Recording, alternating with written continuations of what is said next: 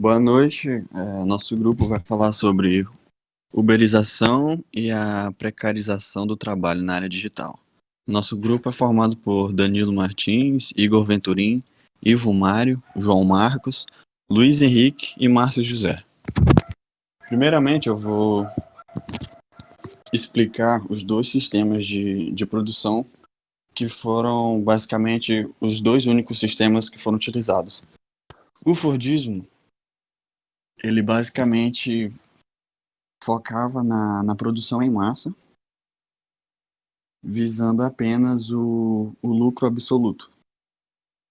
E utilizou também, foi implantado durante esse sistema de produção a utilização de esteiras, que no caso aumentariam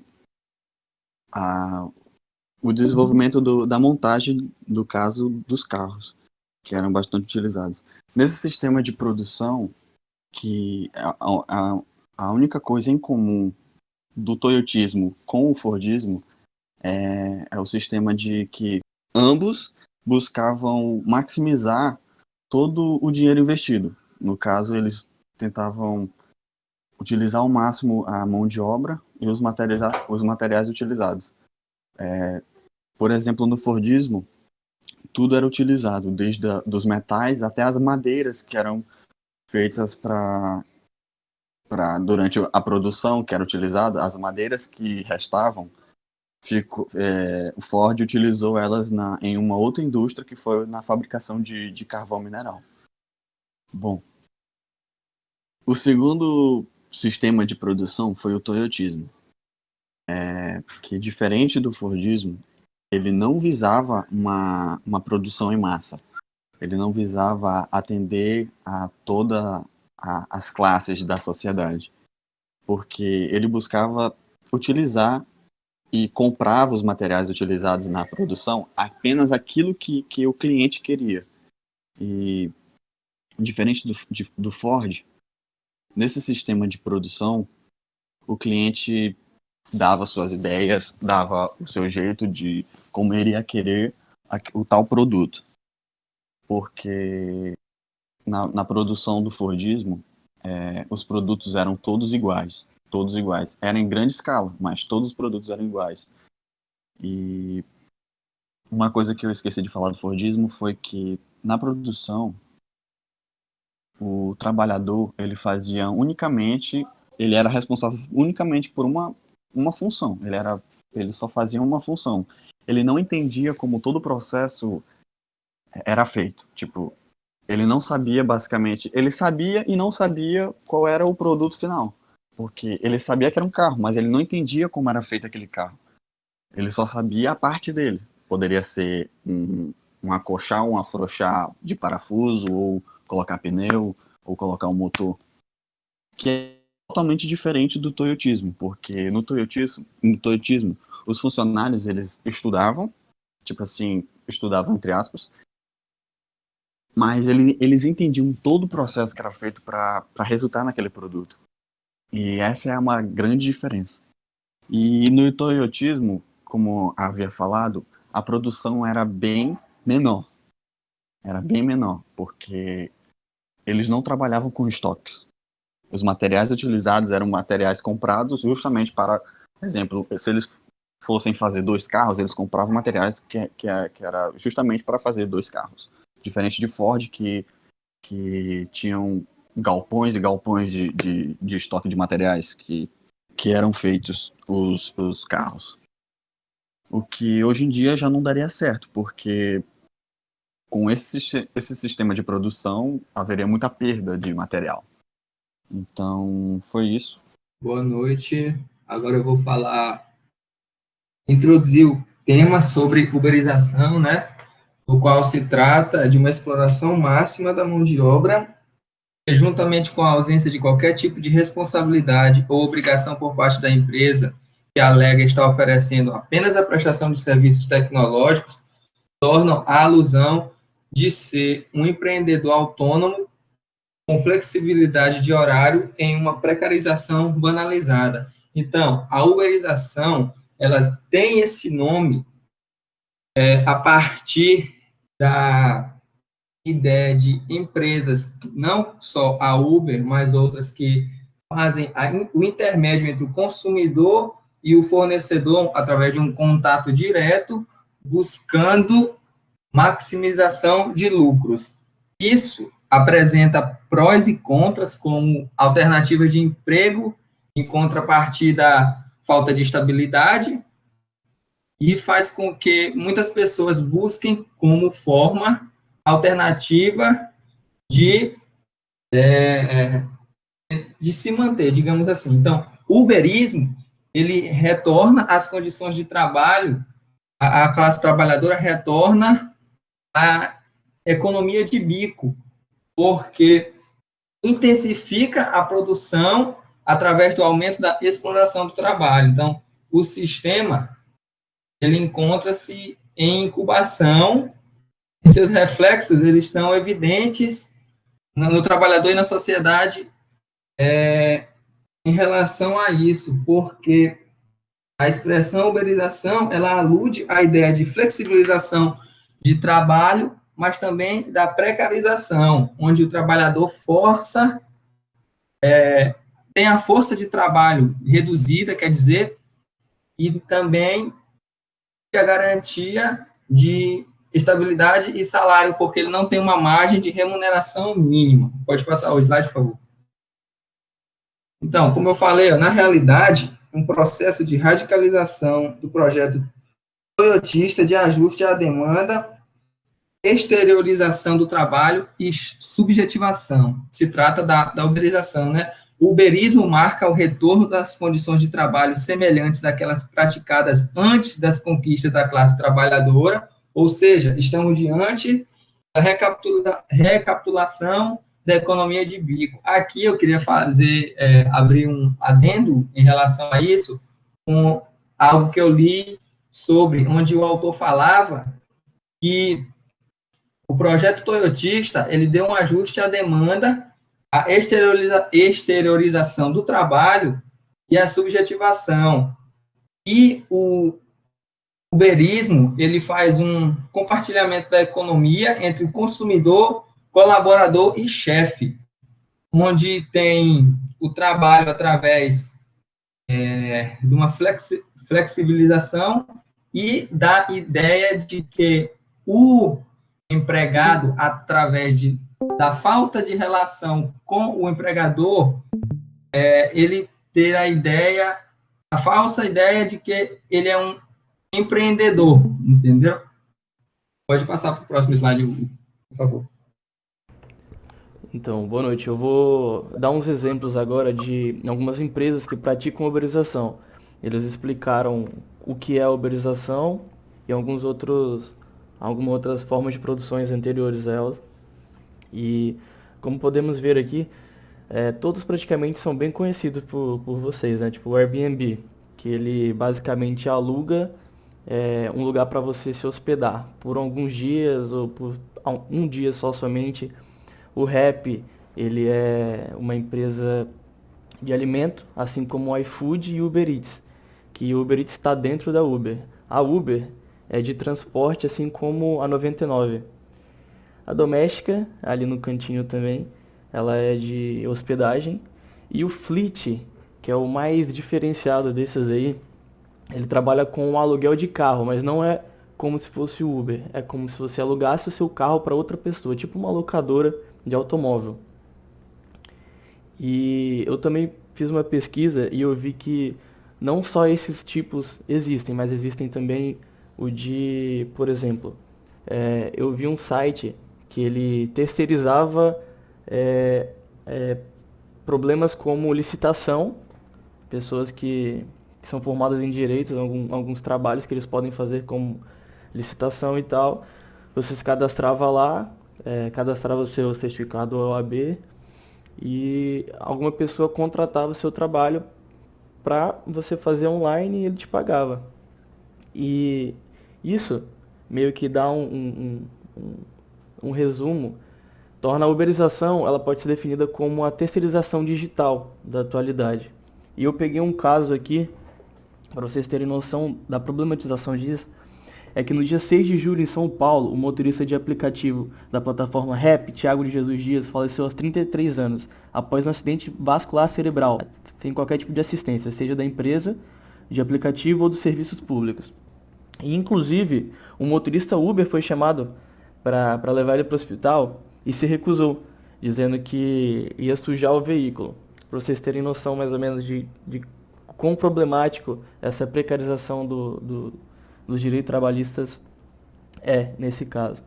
E pode-se dizer que esse é o próximo passo da exploração da força de trabalho, que já foi iniciada no modelo toyotista, assim como João Marcos explicou, onde as empresas tinham maior flexibilidade para produzir e contratar para, enfim, lidar com as condições trabalhistas, que, como nós podemos ver, eles não dão tanta importância assim para isso.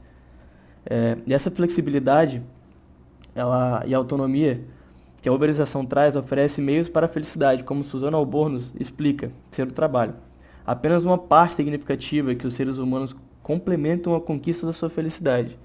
Ou seja, a questão principal do trabalho, do trabalhador, na atualidade, é manter o equilíbrio entre trabalhar para conseguir capital por necessidades fisiológicas, como alimentação, hospedagem, estadia, essas coisas, e para se satisfazer individualmente, saindo com os amigos, fazendo algo que traga felicidade para ele. E é isso. Próximo slide agora. Boa noite, sou Luiz Henrique e eu vou comentar um pouco sobre os números dessa uberização, tratando prioritariamente os números de motoristas de aplicativo, que é o carro forte, o que deu início a todo esse processo da uberização. Em 2012, o Brasil tinha aproximadamente 484 mil pessoas cuja principal fonte de renda eram serviços de transporte por aplicativo, sejam transportes de pessoas, encomendas ou comidas, fast food. E isso de acordo com a Pesquisa Nacional de Emprego, né, que ocorre a cada 3 meses. E já em 2019, uma pesquisa do IBGE, esse número cresceu 137,6%, alcançando mais de 1 milhão de pessoas trabalhando em instituições, onde a principal fonte era esse tipo de serviço. Mas a gente pode considerar que esse número é muito maior caso a gente inclua aí as pessoas que fazem esse serviço como complemento e só tende a crescer esse tipo de serviço, pois geralmente quem trabalha nisso são pessoas que não têm emprego ou que o emprego paga pouco e, portanto, com a pandemia, né, os números de desempregados cresceram bastante. Consequentemente, as pessoas tendem a fugir para esse tipo de serviço. Muitos nem precisam ter carro próprio ou moto própria. Muitas empresas elas têm esses sites de aplicativos e fornecem ajuda ao aluguel, por exemplo, quanto ao aluguel de motos, ou pode mesmo utilizar bicicletas e até patinetes em algumas cidades são aceitos. Todo esse processo de uberização iniciou também nada a ver com carro ou entrega de com vendedores de cosméticos, como Jequiti, e foi se tornando cada vez mais tecnológico. A chegada da Uber, iFood, Airbnb, também podemos ver que esse tipo de serviço é presente na, por exemplo, prestação de serviço digital jurídico, o Igor mencionou, prestação de serviço de professores, como por exemplo o site Superprof, que cada pessoa pode se inscrever lá e ser solicitada para dar uma aula particular. E poderia passar, Igor. A gente pode ver que, como todo protótipo, ela tem que ter um início pequeno para poder ver se vai dar certo. E a Uber, ela começou esse protótipo em 4 grandes cidades do Brasil, né? Distrito Federal, Belo Horizonte, Rio de Janeiro e São Paulo. E foi se expandindo sua operação até que em 2020 ela alcançou todas as capitais, além de várias cidades acima de 100 mil habitantes, que seria o requisito mínimo para a operação. E esse crescimento, ele um dia terá que chamamos de saturação do mercado. Muitos acreditam que essa saturação já esteja próxima, o que pode prejudicar muito esses motoristas, pois quanto mais motoristas disponíveis, menor o preço. É a tendência, né? A oferta e procura.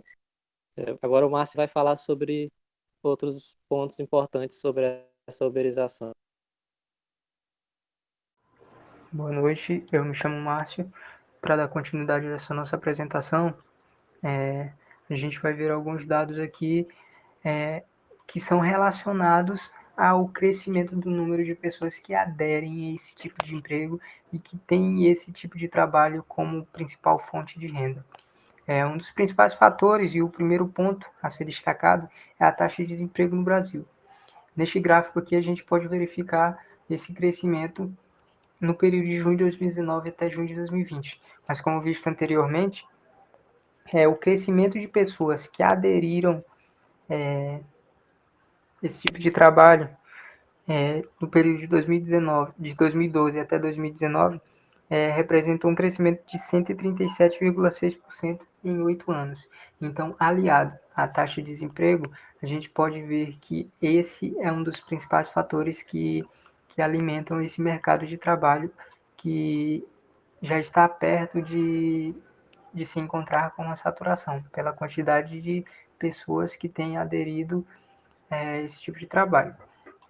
Outro fator importante também é o tempo que as pessoas demoram para encontrar um emprego formal. E sem muitas saídas, uma das principais alternativas é aderir aos trabalhos por aplicativos, contratos com empresas de aplicativo. Outro fator que é muito importante, e aqui a gente vai ver outros também, é que pela facilidade de se adequar aos horários de trabalho. Normalmente as pessoas têm a ideia de que trabalhar por aplicativo é ser dono de um próprio negócio e de tornar o seu trabalho mais flexível. Só que um detalhe importante a ser destacado é que normalmente flexibilidade ela não combina com segurança. Normalmente, quando se flexibiliza demais, existe um déficit na segurança em relação ao ganho no final do período de trabalho.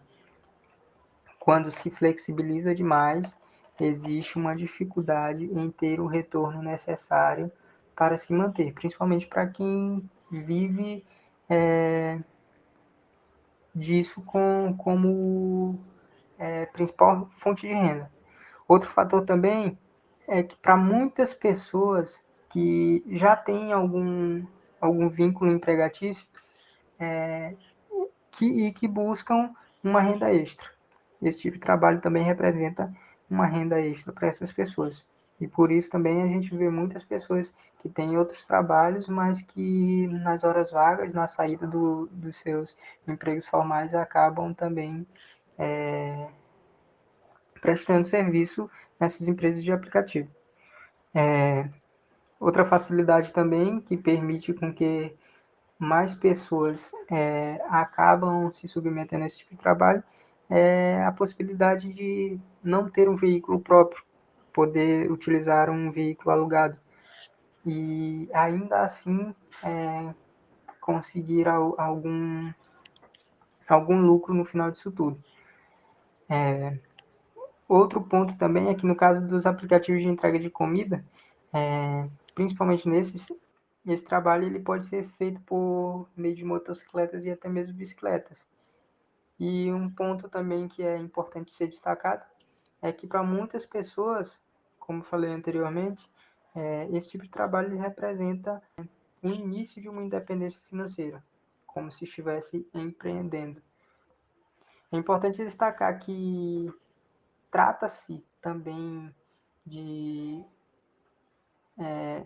da deflagração da precarização do trabalho, esse tipo de serviço, pois trata-se de um trabalho incerto e imprevisível, no qual o funcionário ele não tem direito a segurança nenhuma no exercício do trabalho, e praticamente todos os riscos empregatícios eles são assumidos pelo trabalhador, e em pouquíssimas situações esses riscos eles são assumidos pelas empresas e pelo governo. E aí vem uma pergunta: como melhorar esse cenário? Aqui a gente tem algumas indicações de possíveis estratégias que são ligadas aos sindicatos, movimentos sociais, e aqui algumas frases que são marcantes nesse cenário. A servidão não é o fim da emancipação, mas uma condição para nos provocar a mudança, objetivando uma sociedade mais humana. No caso que a gente tem percebido ultimamente é que nesse cenário de trabalho atual, o que torna mais grave tudo isso é que a competitividade e a rentabilidade elas estão acima e não combinam mais com solidariedade e coesão social. E é um dos gargalos para que se resolva, e um dos pontos principais que torna difícil encontrar uma solução rápida para tal problema. E Antônio Zincardo também diz a luz no fim do túnel. Basicamente, a estratégia para que se resolva esse problema, ela não é simples. Ela requer o envolvimento de diversos setores da sociedade, e muitos estudiosos de sociologia eles têm verificado essa tendência de, quando se atinge esse nível de precarização, se atinge também uma tendência a que ela se perpetue a partir do momento que ela está instalada. E é basicamente o que a gente tem visto nos dias atuais. Uma estratégia para a solução, ela tem se tornado cada dia mais difícil, embora sabemos que no decorrer desse processo há um nível de saturação que, como foi visto anteriormente, aparentemente está próximo. Mas, ao que tudo indica, a partir desse ponto, outras formas de precarização irão reinar, e se não forem tomadas medidas o mais rápido possível, uma solução acaba se tornando cada dia mais difícil. Boa noite, eu vou falar um pouco sobre a estrutura produtiva da Uber. Como já observado, o motorista parceiro não possui chefe. A Uber não determina qual horário o motorista deve trabalhar, quando começar ou terminar. A propaganda da Uber oferecida ao motorista parceiro se liga intimamente com a ideia de liberdade e autonomia do trabalhador. Ainda assim, a Uber não perde o controle sobre a massa de trabalhadores que coordena, posto que, segundo seu site oficial, são mais de 600 mil motoristas parceiros no Brasil e mais de 3 milhões no mundo. Diante disso, não há escritório para os motoristas parceiros, somente há escritório para manter a rede. O espaço da cibernética em que são realizadas as conexões entre motoristas parceiros e usuários do aplicativo. Tendo em vista que a plataforma funciona sem interrupção, existe a necessidade latente da empresa em manter uma multidão de motoristas parceiros online nos locais que há demanda. A Uber busca caracterizar o motorista parceiro como um empreendedor, que por seus próprios meios desenvolve seu capital. O controle pela remuneração compreende a forma pela qual se dá a taxa oferecida pela Uber ao motorista parceiro. Essa taxa é composta apenas por uma parte variável, com ausência de salário fixo mensal, ou salários indiretos, ou auxílios para manutenção do carro. O cálculo dessa remuneração, até 2018, era cerca de 25% para a Uber e 75% repassado para os motoristas. Porém, após 2018, conforme visto, não há mais percentual fixo. O percentual também é variável dentro dos critérios estabelecidos pela própria empresa. O motorista parceiro é obrigado a manter um alto percentual de taxa de aceitação ou baixo percentual de taxa de cancelamento para sua permanência na plataforma. Aquele que obedece o chamado da empresa é premiado pelo percentual na referida taxa, já aquele que não obedece o chamado da empresa é punido pelo mesmo percentual. Isso pode acarretar no desligamento do motorista com a empresa. Existe também o sistema de avaliação mútua. É aquela pontuação sigilosa de 1 a 5 estrelas entre o passageiro e o motorista, o qual a Uber salienta ser mais um de seus diversos mecanismos que, teoricamente, oferece segurança para ambas as partes, e é também um controle de qualidade, e não só, pois demonstra ter também um eficiente mecanismo de controle sobre os seus motoristas. Vale ressaltar que o Ivo falou sobre como funciona o Uber, mas essa forma de controle da qualidade do trabalho oferecido também funciona para outros aplicativos. E é isso.